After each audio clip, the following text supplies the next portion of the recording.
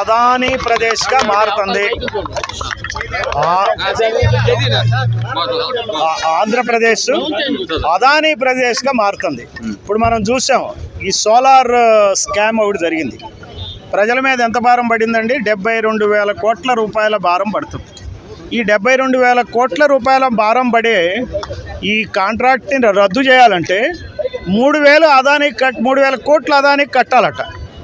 అంటే 3,000 కోట్లు గవర్నమెంట్ కడితే అతను 1,750 కోట్లు మరి అమెరికా వాళ్ళే చెప్పారు కదా, ఎవరికి ఇచ్చారో 1,750 కోట్లు జగన్మోహన్ రెడ్డికి ఇచ్చాడని చెప్పారు కదా. అతనికి పోగా 1,250 కోట్లు లాభం అదానికి.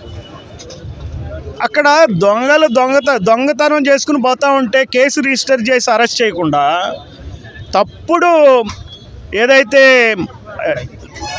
అగ్రిమెంట్స్ జరిగినాయో ఆ అగ్రిమెంట్స్ మీద రాష్ట్ర ప్రభుత్వం వెంటనే